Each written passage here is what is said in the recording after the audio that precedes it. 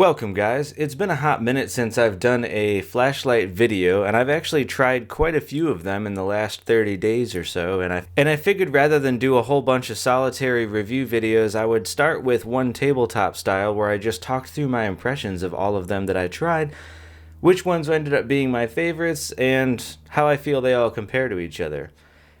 This session of reviews, if you will, involves a bunch of firsts for me, which was kind of cool. One, I had never tried Convoy lights before, and I got 3 of them here. I'd heard about the name, but I've never actually owned any of their lights myself, so that was kind of cool. Skilhunt was another brand that I've heard mentioned a whole bunch of times.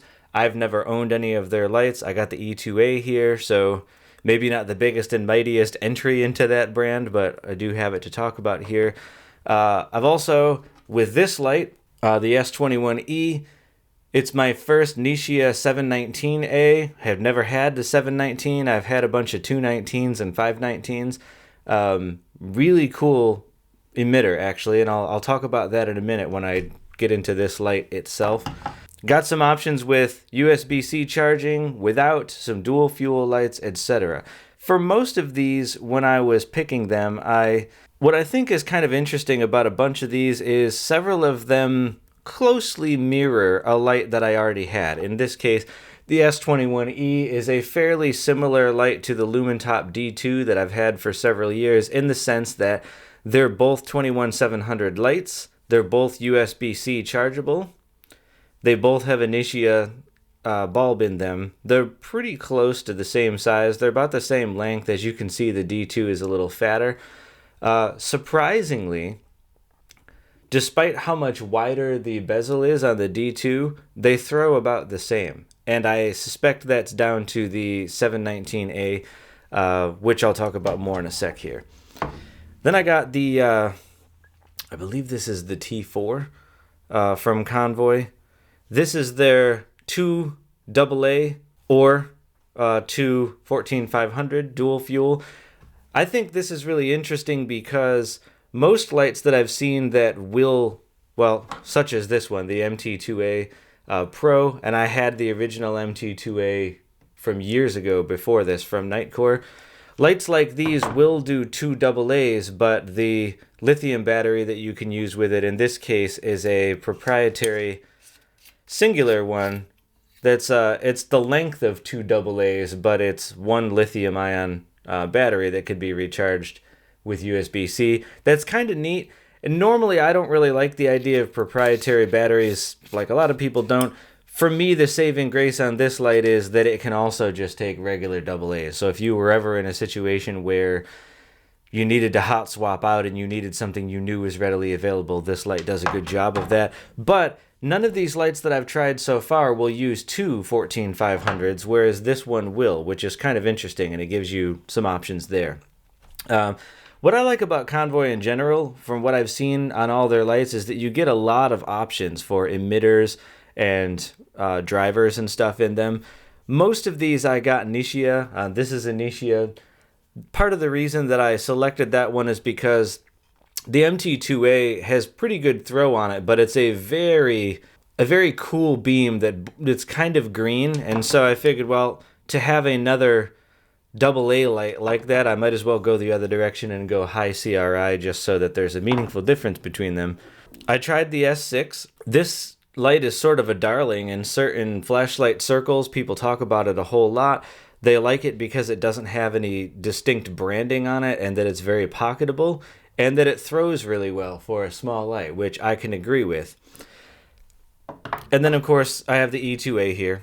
Simple dual fuel light. It will take a regular AA or a 14500 that it comes with. It's got a TIR optic on it, so a very different kind of beam than some. And this was kind of, I thought, interesting to compare against because I have the MT1A from Nitecore. I have the Lumintop tool AA that I've had for like 5 years now. I think somewhere around here I've got 1 or 2 other AA lights, but really wanted to see how this would do against these other 2. They all have actually very different beam profiles. I guess since I'm at the point now where I was going to start talking about comparisons, so since I've already got this one in my hand, might as well do that. So What I do like about the Skilhunt E2A is the dual fuel. I like any time I could get a dual fuel light. It's great. I love the ability to combine the high output of lithium ion. This battery, like several of them that I've gotten in this, is a USB-C. You can charge right into the battery itself. I don't super prefer that versus USB-C on the outside, but I would rather have that than not have it at all. I do have a multi-charger that will charge all kinds of lithium ion at home, but when I travel, when I have a light in the backpack, it is super cool to know that you have the ability to charge from the same thing that you would charge your phone with on the go. I like that. Normally, I like TIR optics. I have to say I don't really care for it a whole lot in this case. Probably just because it has no spill whatsoever. It's all hotspot, and while it is very diffuse as a hotspot, which is cool, I don't find that that gives you any meaningful advantage over the other two ones that I have. Like when I've used this outside against the Tool AA, I find that the hotspot that the Tool gives is pretty similar in size and intensity, except the Tool actually has spill that is nice. So as a trail light, as you're walking around, I actually would prefer to have the Tool. They're both Nichia, so as you can probably see, whoop, geez, let me just throw that. As you can probably see, pretty similar colors in the beam. And against the MT1A, this is a much better throwing light. Obviously a very cool beam. I guess I would say if I didn't already have a small pocket AA light, this would be a cool addition. My 3-year-old son seems really drawn to this light. When we go outside and play with flashlights, he often picks this one, so this will probably end up being his light. For my part, there's nothing wrong with the light. It's extremely well built. I like a lot of things about it. It's very easy to use with just 3 basic modes, low, medium, and high. But like I said, I just really don't care for the beam that it shoots out. I don't feel like you're getting the advantage that you often get with a TIR optic on other lights that I've used with it. With this one, I would, if it were me choosing a small light to carry around, I would take either of these two instead. If I needed a small pocket thrower, this one does a really nice job actually, and also has just 3 basic modes to use. And there's a reason the Lumintop Tool AA has been a pocket flashlight of mine for 5 years. It's durable. I've put it through the wash a whole bunch of times. It's also dual fuel. It's Nichia, which I like. And it gives you a beam that has a balance of hotspot and spill, which is generally my preference. So that's that. The S6, I selected because a lot of people recommended it, and I have to say it's not one of my favorites. I haven't used it a whole lot since I have it, and it's another good example of if I didn't own any other 18650 lights, then the ability to get one in this case, a fairly cool Nichia beam, I think it's 5,000. I know that's not really super cool, but for me, most of the Nichias I have are warmer than that. This is kind of a cool option, and it's probably one of the best throwing Nichias that I have because of how deep this bezel is. But a couple of the things that I don't prefer about it, especially because I have other lights. It doesn't have any external USB-C charging, and unlike the dual fuel lights that I have, this one doesn't have a battery that you can USB-C itself. And so if I had this light in a backpack, or I was camping or anything like that, and the battery started getting low, what am I going to do with it? Now, if I don't have extra 18650s, this light is useless. I know that doesn't happen super often, but we're so spoiled for choice here, and especially I am with how many flashlights I own at this point, that I just rarely pick this one up for those reasons, because why would I choose a flashlight that I have that as a limit when I have so many others that don't have that limit is sort of my thing. If anybody's curious, by the way, this is the pocket clip that goes to the S2 Plus, but it does fit here. You can screw it into where you put the lanyard. I know people have asked about that. I got that tip from some Reddit forums where people were talking about that, so if you're curious. It's a good light, and I do like how it can tail stand. The button is hidden by the rear here so you don't accidentally hit it. That is one of my favorite things about tail cap lights, is that in the pocket they don't accidentally turn on. Probably one of the best features of this. But what this one has as an advantage is obviously the ability to use ubiquitous batteries. It has a similar Nichia style light, and while it doesn't throw as far, I feel like this beam is much more balanced. It balances having a good hotspot with a nice spill.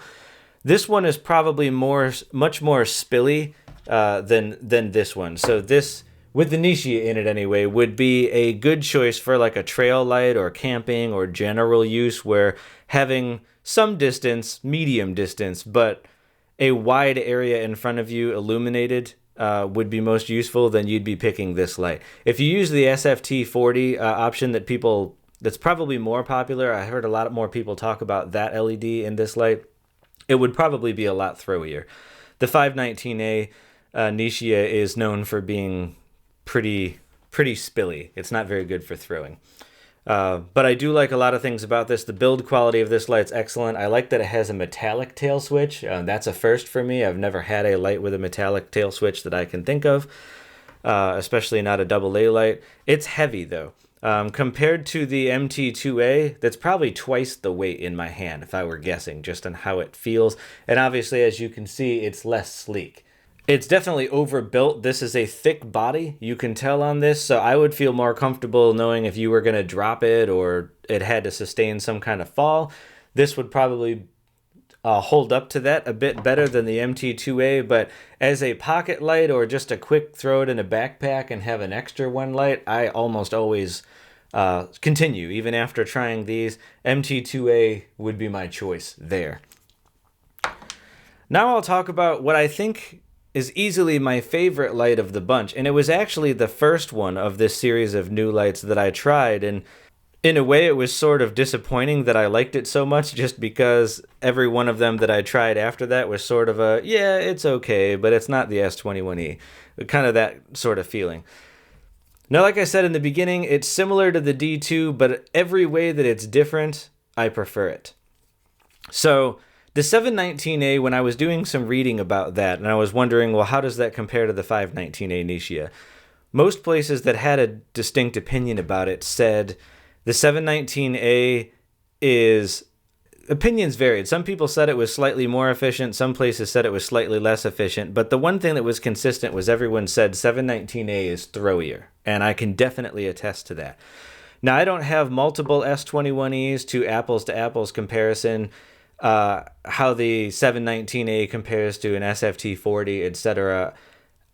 I'm pretty confident the SFT40 would be an even throwier light, but this light compared to 519A lights that I have, such as this one, you can see that the obviously the reflector is a little bit wider in this, but they're similar depth, so you would kind of expect similar throwiness of these two lights, and this one outthrows by a good margin. And what I like about this one so much, at least speaking of the 719A that I have, I think the beam profile, in my opinion, is just about perfect. It's a very throwy light, probably the throwiest light I have in this size. I have obviously better throwers than this, like this one, but it's a significantly bigger light. This is the C8L from Sofirn. For its size, this is very throwy, but it also illuminates a really wide area in front of you. On its highest modes, I can blow up my whole backyard. I'm sitting on about an acre of property, so I couldn't ask for a better balance of spill and throw for a pocket light than that, and it's very light for its size. When I compare these two next to each other, the D2 feels slightly heavier, and because the bezel on this one is so wide, it's a little bit less pocketable. And what I also prefer about the bezel being less wide on the S21E is when it's in a pocket, I just feel like, as you can see kind of happen here, there's some scuffs on the bezel. There's maybe a couple scratches and smudges on the glass. I've had this a lot of years. But I feel like as a pocket light, the wider the bezel is, the higher your likelihood of it scratching something in your pocket or anything like that. If it were to fall, a big wide piece of glass is more likely to crack than a smaller one. I bring that up because I feel like the beams of these are about the same in terms of their throwiness, and so why would you want a big wide bezel if it doesn't actually throw better than a smaller light? In fact, the hotspot on this one is ever so slightly smaller in a way that I find less useful. I think that this one actually does a better job of giving you a nice usable but still throwy hotspot. Both of them obviously have USB-C charging, which I think is nice, and both of them can tail stand, which I really appreciate. But this one has the ability to have a pocket clip, and I don't think the D2 came with that. I could be mistaken. I just have found myself reaching for this one almost all the time. On its lower mode, I can tail stand it and just illuminate the room gently to read stories to my son at night to put him to bed, because this is a nice warm, I think this is a 4000 Kelvin Nichia. It's a nice warm light to fall asleep to. I go outside. This pretty much is a do-all light. I mean, this would be ideal for camping. It would be ideal for trails at night. It's ideal for having in a pocket or a backpack when it's evening and you've got to walk around. I've had it in the pocket many times for just a poke around the house kind of light. It has strobe with a triple click. It has a moonlight mode that you can activate from it being off. It's got four or five regular modes. It gets to be 1,000 lumens bright. I mean, to me, it really has it all in one light. And it's not that big and not that heavy. And the fact that you can USB charge it from the outside just means, yes, it's a 21700 light. So other than it's a specialty battery, I probably aren't going to carry around a whole bunch of extra 21700s in a bag, so it's not like hot swappable, but anywhere that you're out and about that you'd be able to charge your phone, you could charge this up. I just feel like that's an incredible balance of features in a light, and it quickly became one of my favorite flashlights now in my whole collection, and easily, of the Convoys that I've tried so far, it is my favorite. It's the one that I would recommend most readily to everyone. And like I said in the beginning, because a lot of these lights are pretty similar to a light I already had, to me, it's the one that beat out the version that I already had that was similar the most obviously. I like that this is a dual fuel 2X AA light. That's always, I welcome another one of that into my collection at any time. But there are a lot of cases where I would still reach for the MT2A. Like I said, it throws a heck of a lot better, and it's significantly lighter. It's probably half the weight, and it's less girthy. If you were going to just shove it in a pocket, this would be a lot easier to do that than this one. And so while this is cool, and I'm glad to have it in the collection for variety, it wasn't a home run of like, yes, this replaces the one that I already had. There are still a lot of cases I would use the MT2A instead. I don't know that I would use the S6 all that often. It's a nice light, but like I said, it doesn't have the external charging. It uses a battery that you need a special charger to be able to use. And it just doesn't give me anything really in terms of beam type that I'm not getting at least as well somewhere else. I don't find... Now, admittedly, this is because of the 519A Nichia that's in this. I don't find that it throws any better than the 719A in this, and it has less spill on the outside. So to me, this has a better beam overall. You're not sacrificing anything in throw, and you're getting a better spill and better features. So there's no reason for me to pick this one up. Admittedly, if I had this in SFT40 or a throwy or emitter, that would probably be different, and maybe that would give this a reason to exist more in the collection, to say this is a great pocket thrower. But they're about the same length. The S6 is actually slightly longer, and they're about the same weight. And so, again, to me, I'm like, this being a smaller 18650 battery is not giving me an advantage over the 21700 because I'm getting less run times for the same weight. What's the advantage there? And it's not really any appreciably that much smaller for pocketability, so you're not really getting an advantage there. So in my opinion, the S21E is a superior light in all ways to the S6. And like I said earlier on, this is a decent pocket light. And some people may like that the TIR lens gives it such a diffuse light. Maybe for poking around under a desk and that kind of stuff, that's ideal to you instead of having a harder beam with a harder hotspot. And if that's what you're looking for in a light, this probably fits the bill well. But if you're looking for a pocket light with a bit more balanced beam, the Lumintop Tool A is probably a better pick for that, because it shoots a quote-unquote real beam with a hotspot and spill on it. And when I've been outside in the yard walking around, as far as using a small light to walk around in the dark, the tool, the beam that comes out of the tool is just way more preferable, I think, to that style of setting. All right, guys, I think that's most of what I have to say for now. I could rattle on about this forever, and I don't want to make the video super long. So put your questions in the comments below if there's something I didn't talk about, or if there's another light that's similar to any of these that you'd like to recommend, especially if you've tried any of these lights with different emitters than what I have, if you'd like to weigh in on how different that seems. And otherwise, I appreciate you watching, and I'll catch you in the next one.